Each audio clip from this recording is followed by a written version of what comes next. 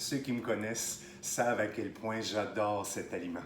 Cet aliment fait partie de mon enfance, il me rappelle des beaux souvenirs et puis il est avec moi à chaque année, à chaque moment quand c'est les premiers que j'achète. J'ai toujours une petite émotion. Le fameux maïs, ce qu'on appelle ici au Québec, et ce que j'ai toujours trouvé tellement beau, le blé d'Inde. Pourquoi blé d'Inde? Parce que ça témoigne en fait des ambitions des explorateurs quand ils sont arrivés ici. Il y en avait de l'ambition, mais ils ont réalisé qu'ils n'étaient peut-être pas sur le bon chemin. Mais on a gardé le blé d'Inde. Et je l'adore frais comme ça sur l'épi. C'est super avec du sel et du beurre, c'est vraiment magnifique. Quand il est frais, évitez toujours de le mettre au frigo parce qu'on ne s'en rend pas compte, mais le frigo va avoir tendance à changer tout le sucre naturel de l'aliment en amidon. Et c'est pas heureux, il devient plus caoutchouteux, plus dur un peu, plus pâteux, c'est moins heureux. Alors, si vous le trouvez frais, puis qui est vraiment là, qui vient d'être cassé, mangez-le comme ça. Moi, j'adore aussi le dégager de l'épi et en faire des tombées. La tombée peut être servie chaude ou froide, en fait. Une salade froide de maïs, c'est vraiment... Laissez aller votre imagination. Moi, je le fais tomber avec un peu d'oignon rouge, des demi-tomates cerises, un petit peu de les piments jalapenos que je vais mettre dedans. Je vais finir avec un peu de coriandre et je vais servir ça tiède. Ça fait un accompagnement qui est vraiment très bien et qui sort un peu des sentiers battus. Maintenant, moi, le truc avec le maïs que j'aime le plus, c'est la chaudrée. Les fameuses chaudrées, on pense souvent à chaudrée de palourde, mais là, une chaudrée de maïs, vous allez voir, si vous faites sur Internet, il y a une infinité de recettes. Elles sont toutes bonnes. Il y a souvent un petit lard, un petit bacon dedans, des pommes de terre, des légumes de saison. C'est vraiment super.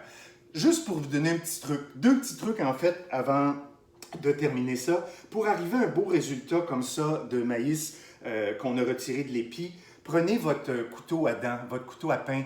C'est ça qui est le mieux pour en dégager le maïs, les grains de l'épi. Et puis vous allez voir, prenez une serviette, servez-vous d'une serviette de bain épaisse, en ratine épaisse. Pourquoi?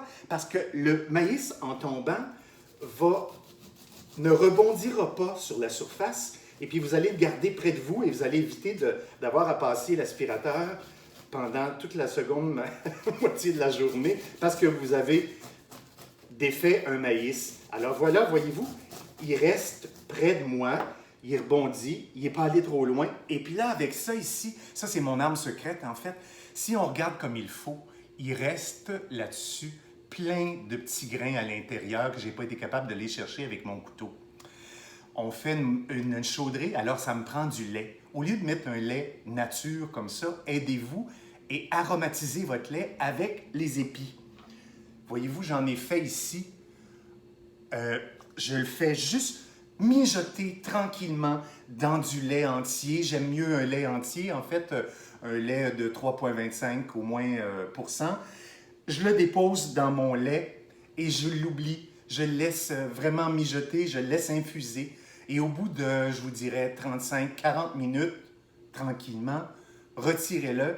Et là, vous pouvez prendre vos épis et puis avec le dos, en fait, de votre couteau, vous allez pouvoir en extraire tout ce qui était resté dans votre épi et qui va ajouter énormément dans votre lait et ce sera votre arme secrète.